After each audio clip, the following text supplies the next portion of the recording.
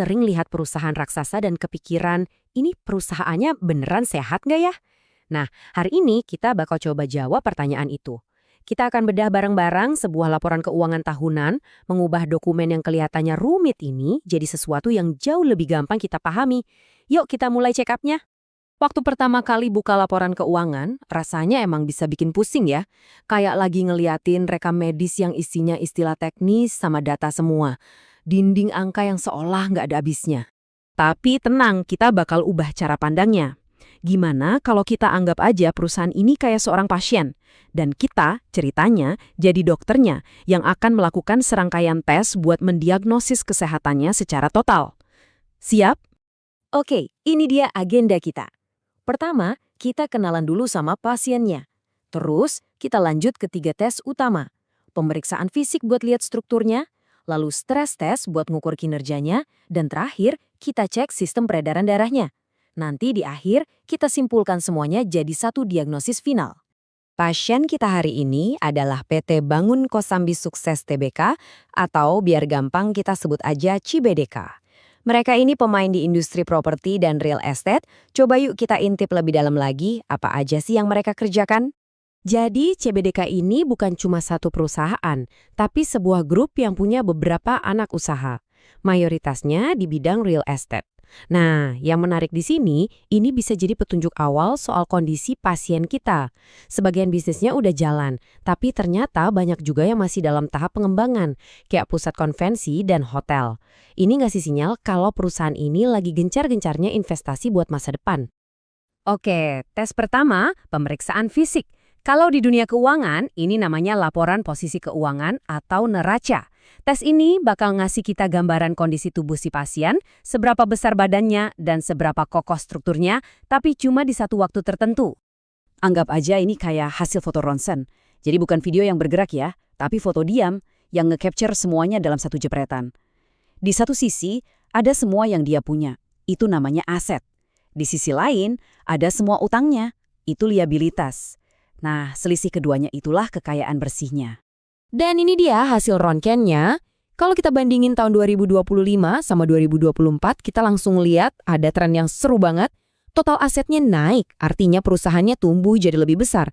Total liabilitas alias utangnya, malah turun. Hasilnya, total ekuitas atau kekayaan bersihnya melonjak. Ini sih tanda-tanda vital yang positif banget. Biar lebih kebayang, kita lihat visualnya. Grafik ini nunjukin dengan jelas gimana asetnya tumbuh. Dari 20,3 triliun rupiah, naik jadi 22,6 triliun. Gampangnya, pasien kita ini postur tubuhnya jadi makin besar dan berisi. Jadi, poin paling penting dari pemeriksaan fisik ini ada di sini nih. Kekayaan bersih perusahaan, yaitu nilai aset setelah dikurangi semua utang, tumbuh kuat banget. Ini nunjukin kalau secara fundamental, kesehatan strukturnya membaik drastis dalam setahun. Kesimpulan pemeriksaan fisik, hasilnya sangat baik. Pemeriksaan fisik udah beres. Sekarang, kita naikin level pemeriksaannya jadi stres tes. Kalau tadi cuma foto diem, sekarang kita mau lihat gimana pasien ini performanya waktu diajak lari selama setahun penuh. Laporan ini tuh kayak cerita soal kinerja perusahaan dari awal sampai akhir tahun. Intinya, apakah pemasukan lebih besar dari semua pengeluaran? Jawabannya ada di sini. Dan itu yang nentuin perusahaan ini untung atau malah rugi. Hasil pertama dari stres tesnya kelihatan bagus. Pendapatan CBDK naik dari 2,25 triliun jadi 2,5 triliun rupiah. Ini artinya perusahaan berhasil ngejual lebih banyak produk atau jasanya. Mesin bisnisnya jalan lebih kenceng nih. Dan ini dia intinya. Setelah semua biaya, semua pajak dibayar, laba bersih yang jadi haknya pemilik naik signifikan. Dari 1,06 triliun jadi 1,42 triliun rupiah. Jadi, sejauh ini 2 tes nunjukin hasil yang luar biasa. Pasien kita ini lebih besar dan jauh lebih untung. Kelihatannya sempurna banget kan? Tunggu dulu. Ada 1 tes terakhir. Dan bisa dibilang, ini yang paling krusial. Kita bakal periksa sistem peredaran darahnya. Kenapa? Soalnya laba itu penting. Tapi cash itu ibarat darah yang bikin perusahaan tetap hidup. Tanpa aliran kas yang sehat, perusahaan paling untung di atas kertas pun bisa tumbang. Laporan ini sifatnya blak-blakan. Dia nggak peduli sama laba di atas kertas. Yang penting cuma satu, uang tunai yang beneran masuk dan keluar dari rekening bank. Uangnya datang dari mana? Dari bisnis utamakah? Dari jual beli aset atau dari pinjaman? Semuanya tercatat jelas di sini. Nah, disinilah ceritanya jadi menarik banget.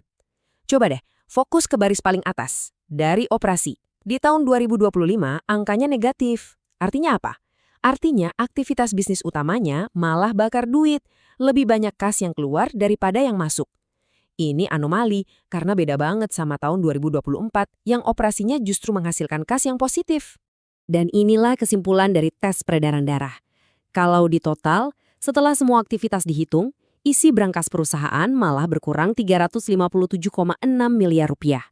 Jadi, walaupun laporannya untung besar, kenyataannya cadangan uang tunai mereka malah menyusut. Oke, waktunya kita sebagai dokter nyimpulin semua temuan ini. Kita udah lakuin pemeriksaan fisik, stres tes, dan ngecek aliran darahnya. Jadi, apa diagnosis air kita buat CBDK? Nah, ini dia paradoks utama dari kesehatan CBDK di tahun 2025.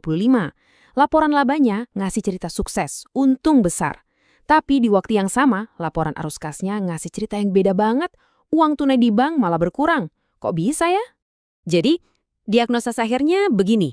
CBDK ini perusahaan yang sehat dan lagi tumbuh pesat. Tapi, pertumbuhan itu butuh bensin yang gede banget dalam bentuk kas. Kemungkinan besar buat mendanai proyek hotel dan konvensi yang kita lihat di awal tadi. Nah, ini pelajaran paling pentingnya. Untung, itu nggak selalu berarti uang tunai. Dengan ngerti 3 laporan ini, sekarang Anda punya stetoskop finansial sendiri buat melakukan diagnosis dasar ke perusahaan manapun.